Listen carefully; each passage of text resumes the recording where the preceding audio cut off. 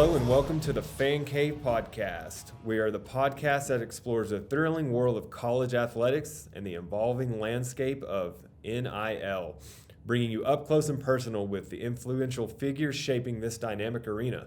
I'm your host today, Ben Laycock, and before we introduce our special guests, I want to give a big shout out to our sponsor, Fan Inc. Be sure to follow Fan Inc., the official NIL bank app for college athletes, on Instagram and TikTok at MyFanInc for some amazing content and up-to-date product information. Also, don't forget, you can catch the Fan Cave podcast on both YouTube and Spotify. Just search for the Fan Cave to subscribe and follow and stay up to date with the latest episodes.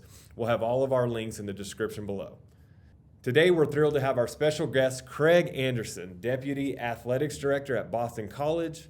Craig's extensive experience in college athletics, particularly in governance and compliance, has been instrumental at both the University of Miami, where he spent nearly 10 years, and now at Boston College. So without further ado, Craig, welcome to the Fan Cave. Oh, thank you. Appreciate it. Glad to be here. Yeah, definitely. Tell us a little bit about your journey in college athletics, what led you to your current role at Boston College. Yeah, it's been a long ride actually, and it just seems like it just started. So, originally from upstate New York, went to the University of Pittsburgh, and really had no clue what I wanted to do, and just got pretty lucky of finding a position in the compliance staff there. Got hired by David Reed, who you'll hear his name in a little bit. It's interesting, one of my mentors, and so did 4 years there. Went to Marshall. I got my master's degree in 9 months. Got in there, got the experience and everything, and then got my first job at 23 out in Vegas. So moved out to Las Vegas, and it's interesting because people say I've probably worked at the two worst places to be in compliance, out in Vegas and then Miami as well. So I did a year out there, realized I probably shouldn't live in Las Vegas, and then got a job at University of Virginia, just again in compliance, so kind of compliance background the whole way. And then I slowly started moving south. I wanted to see how far south I could get. So I went to North Carolina State, again, compliance there, assistant AD, and then the Nevin Shapiro situation happened down at Miami. And the interesting part is David Reed was actually at the University of Miami. So he left, went to another institution to Kansas, and recommended me for that job. And so I went down there and interviewed with an individual named Blake James, who I didn't know. And he trusted me with turning some things around down there and making sure we were doing things the right way. And so figured I'd be there a couple of years and then move on. And sure enough, 10 years later, I was still there. And then Blake had gotten the job at Boston College and wanted to see if I wanted to, instead of moving south, move north. So I packed the bags and the family and headed up here. And now I've been here for a little over 10 months of just running the internal operations here at Boston College. Well, that's awesome. That's awesome. So, I think for all the viewers out there, if I'm not mistaken, you and Tony Hernandez worked together at the University of Miami. Is that correct? Yeah, he was there. I've actually known Tony since I was probably 19, 20. So he's known me probably when he didn't think I'd be working in this business. But yeah, I've known him for a long time. Was down there at Miami with him before he went over to Texas Tech. But big fan, and the guy that really showed me how to do a lot of the internal operations and to handle being a sport administrator and different things like that. So I owe a lot to him. Yeah, that's great. Yeah, he was our first guest of our first ever Fan Cave podcast. So we have a lot of respect for him. He does a lot of work for the Fan Inc. team as well. So great guy, and he connected us with you. So this is gonna be exciting, man. We're gonna dive deep into the world of NIL. And I think you're the perfect guest to just expand on that. So we have some great questions lined up. To the viewers out there, the NIL refers to the name, image, and likeness rights. It signifies the ability for NCAA athletes to profit from their name, image, and likeness, which was previously restricted several years ago. So this allows them to kind of earn money and kind of brand themselves and make the profit off of their NIL or their name, image, and likeness. So when you first got wind of the NIL becoming a thing, what was your initial reaction? You got to remember, my background's compliance, right? So, I mean, it's constantly we've got rules. We got to make sure donors aren't with our student athletes, and how do we protect the kids? And suddenly the world was changing drastically. So we were at Miami. We knew we had to do this. We needed plans in place and everything. So One, we were excited to allow the kids to be able to profit off their name, image, and likeness, right? I think normal students have been able to do this for a while, so allowing them, our student athletes, to do it made sense. I can't tell you the amount of times we had to tell kids that we're trying to model or make money just off of that kind of stuff. No, you can't do this. And they'd say, explain that to me. And it's like, well, it's an NCAA rule. Sorry, you can't, there's nothing else to really say. So was excited about that part of it. The compliance part kind of scared me a little bit. It's like, all right, so instead of basically trying to protect our student athletes, now it's let's bring donors in and help our student athletes profit on this. And then I was actually very worried about the tax part, right? Making sure that these kids can actually do their taxes. I mean, we struggled to get them to pay their parking tickets. And now it's like, hey, by the way, this is the IRS. This isn't the NCAA or the institution. This is a little bit different. So the tax part kind of scared me a little bit as well. Yeah, no. So at Fan Inc, our main goal, it's our company was founded by a bunch of bankers, and so our main goal is kind of built around, and our platform's built around the financial literacy piece, allowing the athletes to set back taxes. We pay the Fed for them quarterly, and so we felt like that was one of the missing pieces definitely out there in the NIL space and all the companies that are involved. So that's huge to kind of hear your side of that, and that be an important part of kind of moving the NIL wave forward and making sure that these student athletes are banked and at least they have the financial education piece. So how do you think, or how has NIL kind of changed the landscape of college athletics from your point of view, in whether it's recruiting or compliance? Yeah, it's kind of a loaded question, isn't it? So here's what I'll say. The real NIL stuff, the stuff that this is meant to be, it's actually been a positive, right? The kids are able to go out there and actually promote themselves to make money off of that, just like anybody else. The paying the players for play, which I know it's not permissible, that's what we say, but I mean, the more you look around college athletics, the more you kind of are seeing some of this stuff. And that's the frustrating part, and that's what the NCAA is trying to figure out, right? How do we get in front of this and kind of stop where this train's going to? And I think that's the question that everyone's trying to answer, and I don't know how you do it. I think that's been the most challenging part of this, especially in recruiting. I mean, recruiting has become, what am I going to get paid, right? And that's the frustrating part of this. Of again, that's not what NIL was for. That's not what originally this was made for. And it's where it's gone to, and you can't put it back in the box. Like it is what it is right now. So it's trying to understand how we put some parameters around it, protect the kids at the same time, letting them do what they need to do, especially in a fair market. And I think that's been the most challenging part. You see some proposals being put together by the NCAA to, hey, just different things we can try to do to try to control this a little bit. But I mean, it is a ever-changing world. Every day something new comes up, right? You saw the new deal out in Utah where everyone's getting cars. I mean, every day there's something new that happens that it's like you have a coach coming in saying, I want to do that. It's challenging, and it's different everywhere you are. Every school kind of attacks it a little bit different, right? Boston College is going to do it different than the University of Miami. So I think that's been one of my biggest challenges too, of moving to a school where, we're going to go down this road, but we're going to do it our way as well. We're going to make sure that if you're going to be involved with our collective, you're going to do stuff for community service, and it's going to be about that type of activity, whereas that wasn't the case at my previous institution, and a lot of schools aren't that way either. So every school does it a little different too. I think that's the interesting part of this, and that's why it's so challenging of putting any rules or parameters in place, because it is so different everywhere. Right. Yeah, I think it's funny you say the trucks or the car giveaways. I guess everybody on that team got a truck, but one of the craziest ones I think I've seen recently too was the Iowa State the National Pork. I'm going to butcher that, but they did the whole bacon themed kids kind of had the name that went along with bacon, and it looks like they got money off of their last name, that's pretty unique. But there's been some crazy stuff out there. What do you feel in the forecast of some of the thing that's kind of coming down the pipeline from a regulatory standpoint? What do you see sticking and not sticking as far as how the NCAA is adjusting or responding? Yeah, I think one of the challenges is they want the kids to disclose the information, right? And I can tell you now, as in the state of Florida, that was one of the laws we had in place there, and it was extremely difficult to get them to disclose anything, right? And technically, you're breaking the law if you weren't.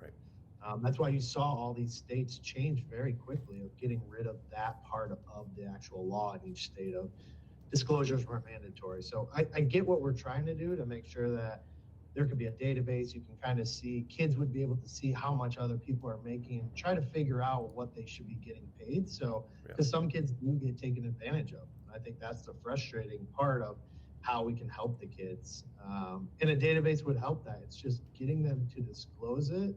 Right. I mean, that's very difficult. And I get they're putting a price tag on anything over $600, but I mean, I have over 700 student athletes that could be doing something. And right. I don't know how we keep track of all of it. I think that's one of the ones that worries me about it. The agent database, making sure people are registering if you're going to work with them, I think that's amazing. That's what we should be doing, making sure that you're protecting the kids, that if you're going to work with somebody, and we definitely tell the kids to work with people, like, this isn't my expertise. I'm not going to be able to help you do all of this stuff. Have somebody help you, but make sure it's the right person too. And I think having people register and make sure they're going through education, and just like the professional leagues do. If you want to be an agent in the NFL or NBA, you've got to go through things. True. So I look at that as a positive. Yep. Awesome. Well, speaking of NIL companies and collectives and all that, so how do you balance the needs and perspectives of all the diverse stakeholders, especially from your side of things? I mean, there's these tons of NIL companies. There's the collectives that are popping up. There's some major ones, but there's some smaller ones as well. So how do you just kind of juggle all of those three things, the entities, kind of from the university side?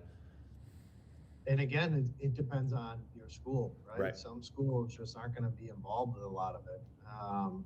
That's one of the biggest challenges of, we outsource some of our stuff. So we work with companies that can help us with our student athletes just because we have so many kids. And every kid, I think that's the biggest challenge, right? You try to get in a room and educate the kids. Well, what you're telling one student means absolutely nothing to the next one. And that one needs a different type of education, which is different from another student. And so that's been the biggest challenge I've seen of when you try to educate the students, it's such a specific criteria for each kid. Each person is interested in a different component of NIL. And I think that's been the one area of how we kind of get better at the education component of what we're trying to teach the students. And that's why outsourcing, bringing other companies in to try to help us with it, that's what you're seeing across the country, right? Everyone's trying to do that, just help as much as they possibly can, because I've got 4 people in my compliance staff plus myself. Like, we can't educate them on all of this. It's so different for every student. So that's just something that you're constantly trying to find the best way to do this to help the students. And it's a big part of recruiting too, right? You got to get in front of these kids and the parents to show them, hey, here's the different things we can provide to you. And it's not going to be as much as another school has, right? And so I think that's one of the biggest challenges in recruiting, because it's not just how much you're going to get paid. You also have to show what the school is going to do for you. Nice. Do you see kind of, as you kind of went down your team and how many people that you have on your side, do you feel like universities will start to kind of create more roles around NIL specific staff members? That, I know some of it falls under compliance and all of that, but what we've seen just going and visiting universities, it just usually it's just somebody that kind of has a role, that already had a role, but now they're kind of, the NIL tag is kind of stuck with them. So, and that's what we did at Miami. We took a social media person and kind of moved them over into the NIL component that could help the kids with the social media aspect. And the branding and all that kind of things. But absolutely, like I think that's the next step here of creating this NIL position. Now the question is, and every school is going to do it different, is it stuck in compliance? Is it an NIL person in the compliance world? Is it somebody over in the marketing / promotion / graphics area? Obviously, in a best of both worlds, you hire multiple people, right? But schools aren't able to just afford all of that. So I think it's finding what fits best for your institution, making sure that you're doing what's going to be best for your student athletes. Because again, every school is attacking this different. So I think you just got to find the right way to kind of go about doing it. But this is the next wave. When we're hiring interns, we tell them like, hey, you want to get into compliance, that's great.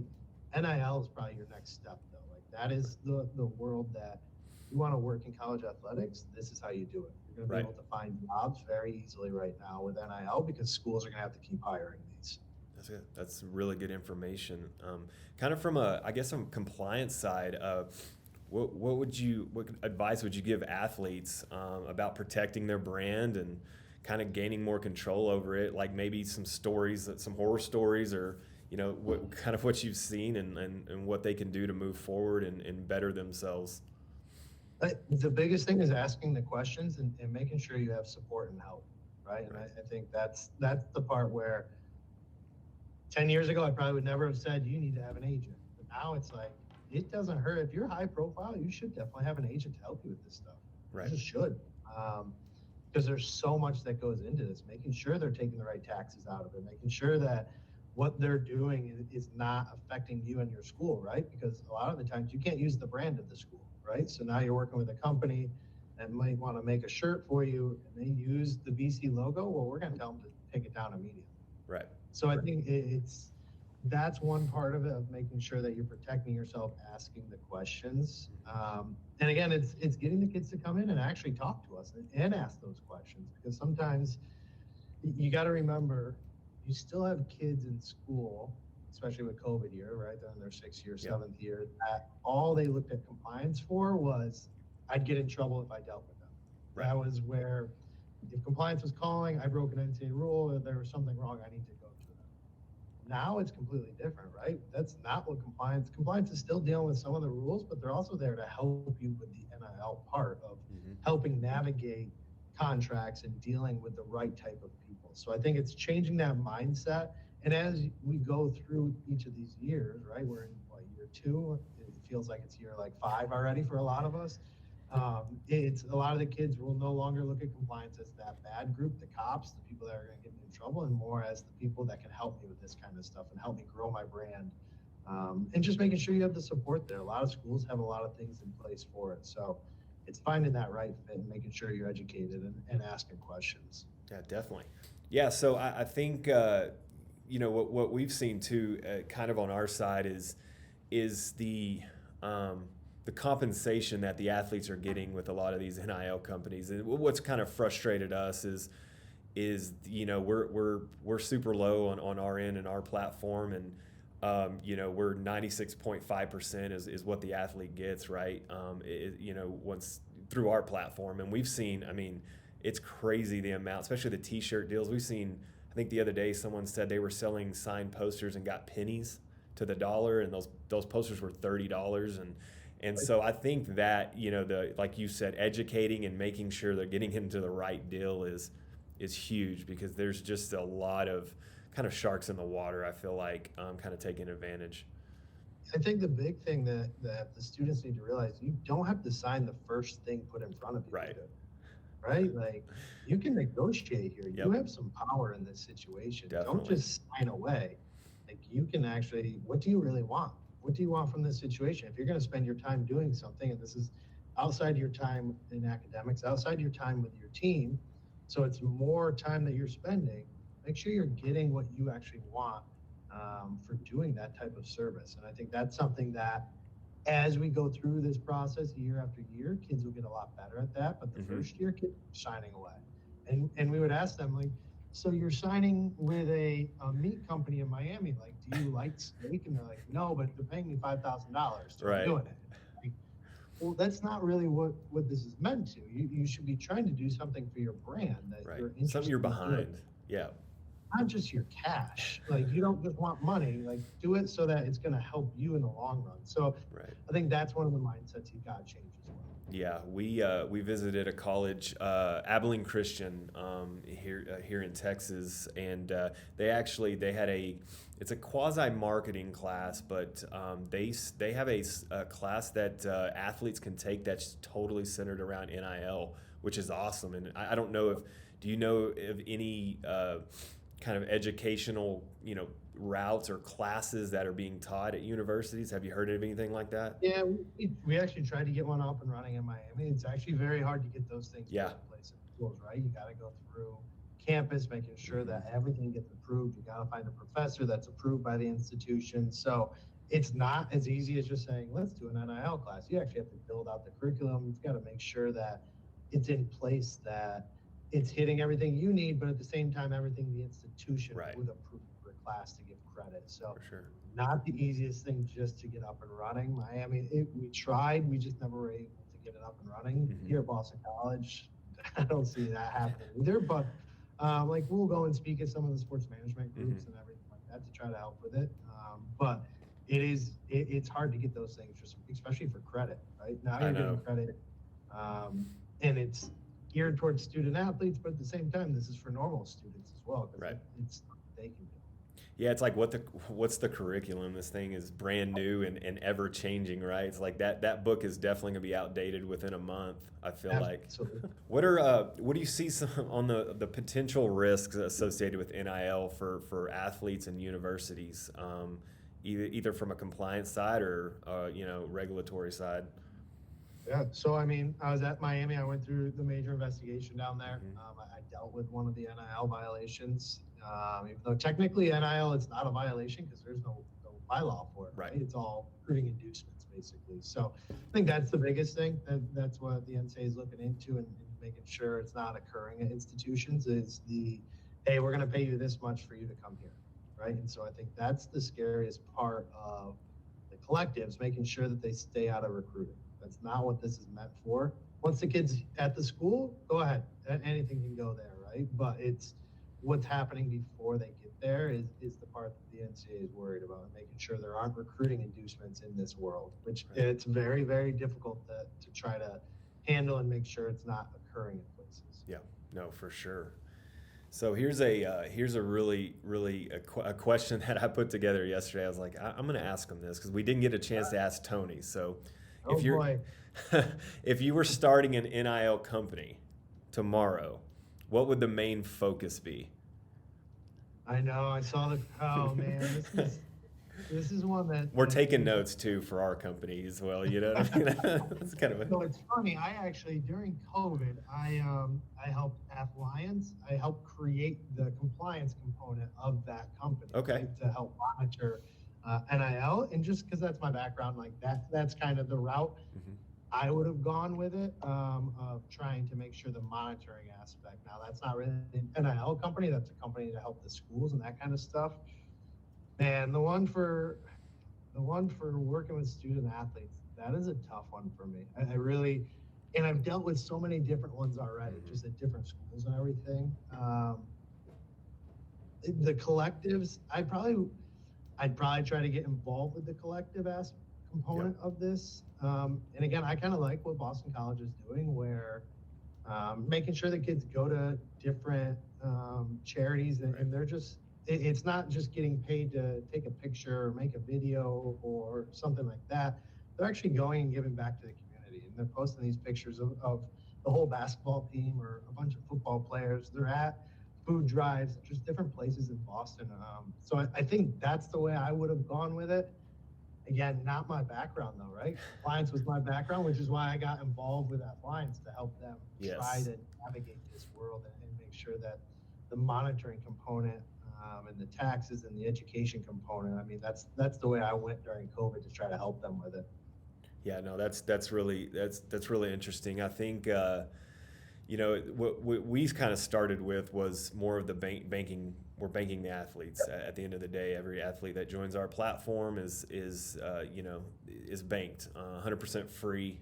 We feel like that is kind of something that was missing. But I think, like you said, the community service, as we kind of got out there and we're talking to a lot of the athletes that we have onboarded, there was a lot of that kind of want from them. Even we had a few athletes that had some really good upbringings, or their parents or their dad was an NFL star, but they basically would use their NIL money to go give back to their community and go to events and stuff like that. So I think that is That is a huge part, and that's always the story you want to hear too. So not the Mercedes or the Rolex, right? It's the taking that money and giving it back, and that's hard. That's hard to sell because I think you mentioned earlier is like every contract that a kid gets, they just want to sign it because they see the flashiness, I think, of it, and it's like, how do we change the narrative? And that's what we're trying to do is like, how do we change the narrative to say this is kind of a long game, right? Not a short game. And so that's really interesting, and I'm glad you kind of said that on the ideation of an NIL company. What's the craziest NIL story that you've heard about, or situation? Honestly, that car one was pretty wild for me. Yeah. The fact that whole team, or all the scholarship kids, whatever it was, got cars was, I mean, my football coach called me immediately. It's like, how am I competing with this? So right. That was an interesting one. Obviously, I've been through a bunch of stuff down in Miami, dealing with a lot of different crazy things down there, and a lot of money. That's been the crazy part is a lot of these kids are making a lot of money now. Yes. And that's the difficult part, and that's what we're all trying to deal with. You got 18 to 22-year-olds making $200,000, $300,000, $400,000, $500,000. I mean, I don't know what I would do with that money when I was that old. Yeah. I think that's the scariest part. Like, are they putting it into retirement? Are they making sure that they're investing it correctly, or are they just spending it? And I think that's the scary part for all of us, of wanting to make sure we protect these kids and making sure that they know what they're doing with their money. So, listen, you're not all going to turn professional. You just aren't. And I think that's the message you try to give them, that right now is possibly your best opportunity to make some money on your name, image, and likeness. And so take advantage of it, but be smart about it. Take the money and invest it. Don't just take the money and spend on something that in 5 years you'll forget you even had. So I think that's been one of the biggest things of making sure they do right with the money they get. 100%. I think that's big advice, and that's something, we've roadmapped a lot of opportunities for them to save, and some really unique ways for them to kind of not only have a checking account but have some savings built up as well too. So I think that is huge. As the money flows in, it's not always going to be there, right? And so we kind of know that. And that's one of the interesting, honestly, just thinking about it now, like maybe taking some of the money they have from a company, and that company helping them actually get it with investment bankers and putting it towards something, right? So you never even see it. Take a portion of it, just like we all do with our 401k, and putting it right towards something. Just take 10% from me, automatically invest it, and dealing with the bankers to make sure that it's invested how you want to invest it. I think that's something that I'd probably start looking into if I was one of the students as well. Now, they're not thinking like that, right? No. And it's interesting. I had a student athlete at Miami, a football player, that would take his stipends he was getting, cost of attendance, and he was investing it. Nice. Right? So instead of going and buying things with everything, he had enough to pay his rent. He was getting all the food from us, getting all the gear. He's like, I take a portion of this every single month, and I work with my parents' investor, and I invest the money, making sure I've got something once I leave school. So he was way ahead of the curve. I think it's something that definitely kids should be looking into and trying to work that into contracts as well. So what advice would you give someone aspiring to work in college athletics administration like yourself? Yeah. The biggest thing we try to tell, the funny thing is now you hire a 22, 23-year-old, they're like, well, I want to make six figures, and I want to oversee sports, and I want all of this. And it's like, well, that was 15 years in the making, just so you know. Well, I want it right now. And it's like, in college athletics, not how it works. Like, you better be willing to work for free for a little bit, and you better be willing to listen. If you think you're working 40 hours in college athletics, you're not going to be in college athletics very quickly, or very long. It's going to be, you're going to figure this out very fast, that you're working 60, 70, 80 hours a week, especially early on, right? I mean, what people don't see is, you see people traveling with a football team. Well, you don't see them leaving on a Friday, get to the hotel that Friday night, you're away from your family, you wake up, you're at a football game, then you travel home. By the time you get home, like we played Pittsburgh Thursday night, I got home at 3 a.m. I've got 22-month-old twins, so at 5 a.m. I'm up again, right? So it's not like there's a break. So I think you gotta be willing to put the work in, and you're not gonna get paid a lot of money. Yeah. And you see these big numbers of coaches and athletic directors. Well, that's not what entry-level positions are getting paid. So Right. if you really want to get into this business, you need to be able to grind away and make small amounts of money as you build your career and get the experience. And the So connections and all that's that. the hardest part. And you got to build these relationships as well, right? It's a very small community, right? And we all know each other. And so it's making sure that you're willing to put in that work. And Yeah. I think that's the hardest thing when we try to hire somebody just out of college right now, because they're expecting a lot of money, not much hours, and to travel everywhere and just be around sports. It's like, Right. that's one side of it. You don't see everything else. Yeah.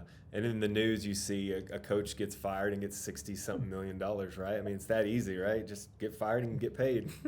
I told Blake, I was like, listen, if you want to fire me and pay me $7 million, we can talk right now. Yeah.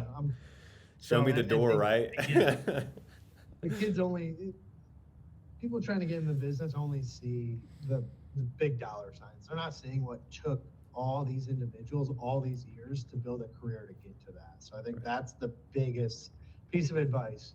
Be willing to grind away, and you're probably gonna have to volunteer for a little bit, right? Not make much money to get your foot in the door. That's awesome, man. That's great. That was a really good story there. I got to ask. I'm a big foodie, so me and my wife have been to the Boston area. Yep.